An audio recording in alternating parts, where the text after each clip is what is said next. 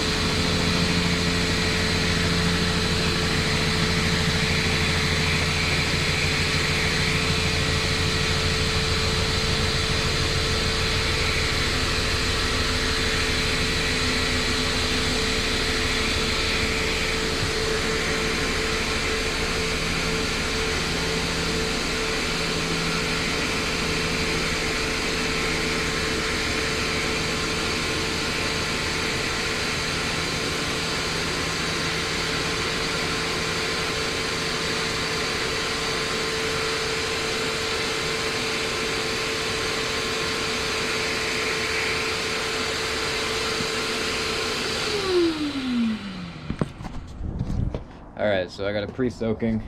I just went around and sprayed a bunch of soap all over it. You pre-soak it, let it sit for 3 to 5 minutes, and then we'll come back and see how it goes. Petey was in oil.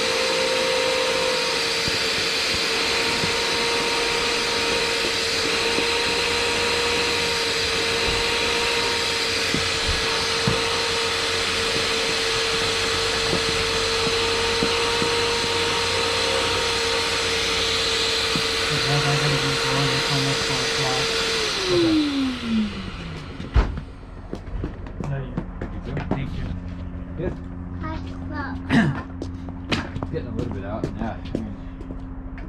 That water's nasty. Yeah.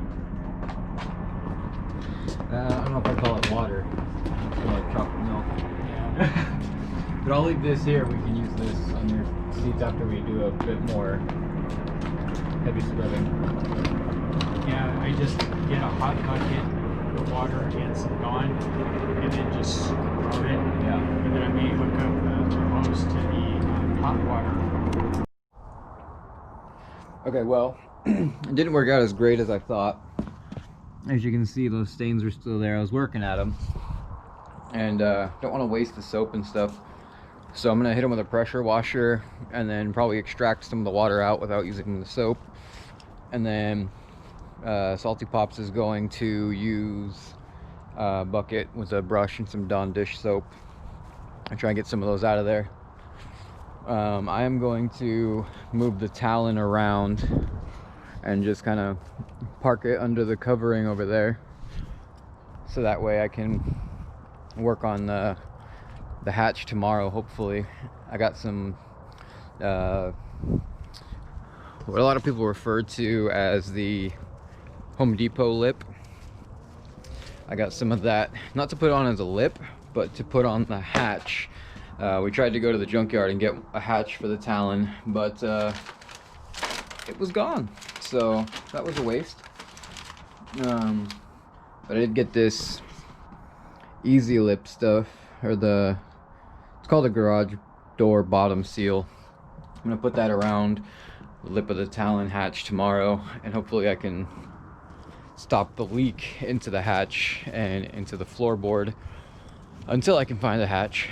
So I'm gonna go ahead and move it over to under the canopy. I did temporarily duct tape it to try and keep some of the water out, because it was getting pretty bad. And I did get the tail lights wired up. Tail lights, brake lights, and turn signals. And I'm waiting on an EGR block-off plate because that and that should be connected there. So I don't know if the last owner was just trying to do a EGR delete, didn't know what he was doing or what, but yeah, so I'll show you the taillights and stuff I have set up now. I don't have this set up like a regular Eclipse.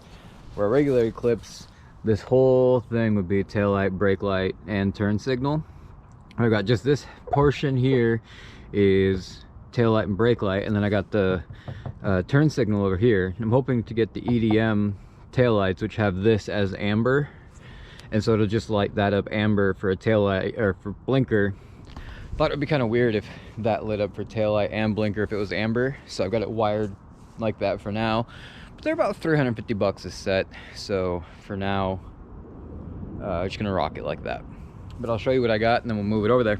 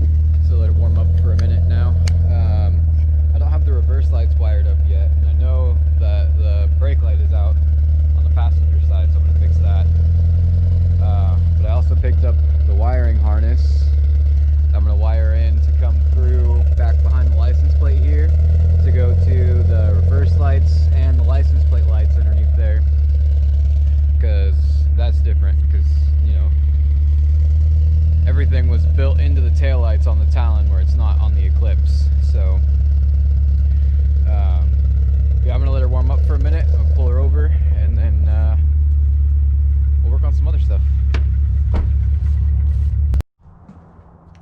All right, I just finished up wiring. Well, I hope I just finished wiring up the license plate lights and the reverse lights.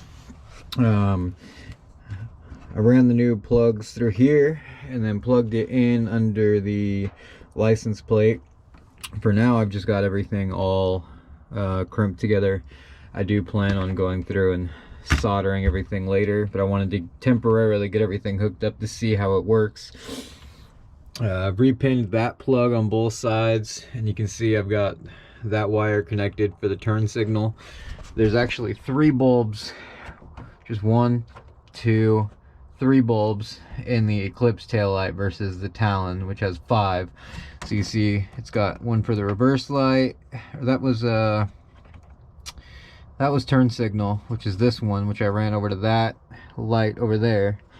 And then you got your brake lights, your ground, and your tail lights, and then the reverse lights plugged in up here because it's all built into one.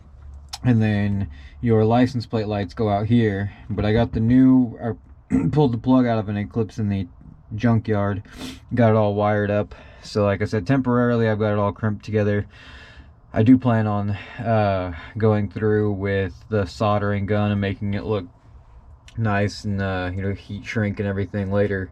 But I wanted to make sure I got everything wired to the right spot and that it works before I started heat shrinking and soldering. So I'm gonna go ahead and fire it up, test it out, and see if it works.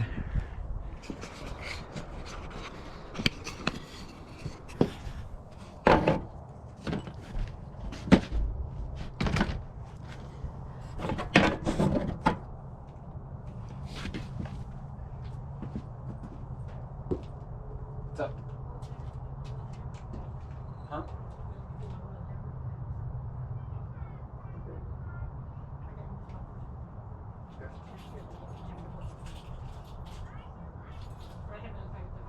Yeah. Well, I got the wiring. Hopefully I got the back end wiring done, so I'm testing it right now.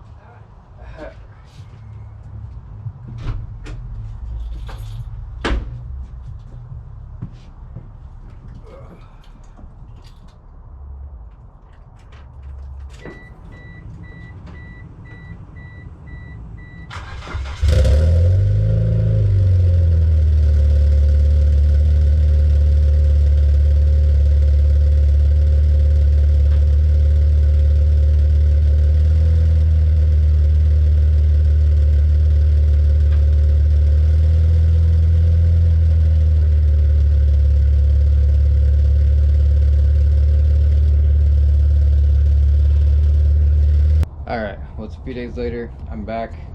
Me and Salty Pops last night discovered that the whole reason I wasn't getting reverse lights, which you guys saw the other night, and I didn't until later, so I had no clue. We're getting power to the little plug there, but the bulbs were bad. We tested out the bulbs and they were bad, so I went and picked up some bulbs, a brake light bulb. I got some heat shrink so I can fix this whole mess in here and heat shrink it, solder it, do all that good stuff, which probably won't be today, but I got that so I can do it. I'm gonna run out with Salty Pops to pick up the stuff for a disc brake conversion on his car, so that should be coming soon too. I also got a new bulb to replace the burnt out brake light right there, so I'm gonna go ahead and get those put in and we'll check them out. Alright, so I found out the other day that the reason my reverse lights don't work is because the reverse switch in the transmission for the reverse lights is bad. So I'm waiting on one of those to come in, and then I will put it in, and the reverse lights should hopefully work. And then also found out that my alternator is bad, so I am currently working on that. And for my birthday, my wife ordered me a new hatch from B&R Auto Wrecking, so that should hopefully be here in a couple of days so I can fix that leak. And then I don't know if you can see it, I don't think you can,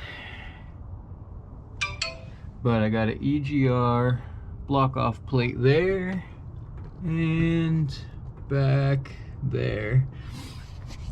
So basically the EGR was causing some issues. I left part of it plugged in right there. That's part of the EGR that stuck out right in here, so that is there. I am currently working on trying to get the alternator out from down there, so I'm gonna finish that up tomorrow. Hopefully I will have the reverse switch in, which is actually pretty simple. It's just that little blue switch. Oh, come on, flashlight. Maybe this way? I don't know. There's a blue, you can see it right there. That blue switch right there. Just bolts right into the top of the transmission. So hopefully I will have that tomorrow. I'll get that put in. Reverse lights should hopefully work. And then get the alternator out, get a new one, get it put in, and then that way it's running on alternator, not battery. And then get the new hatch. And then I will stop the leak in the car. Every time I've gone to the junkyard to get a new hatch, either A, it's gone, or B, the glass is busted out and I need the glass. So that's where we sit right now, trying to get the alternator done, waiting for the hatch, and waiting for the reverse light switch. So hopefully we can get those done in the next couple days. Move on to the next couple of things, because what we're trying to do is me and my buddy Snowman that you guys saw last video, we're gonna drive down to Cali to meet up with my other buddy Jason, who lives down there in the Bay Area, and then we are gonna take this thing to the Fast and Furious house as a big kind of like hurrah is running before we start throwing like turbos and stuff at it. So that should be coming soon, and hopefully we'll have this thing on the road in a few weeks. So fingers crossed.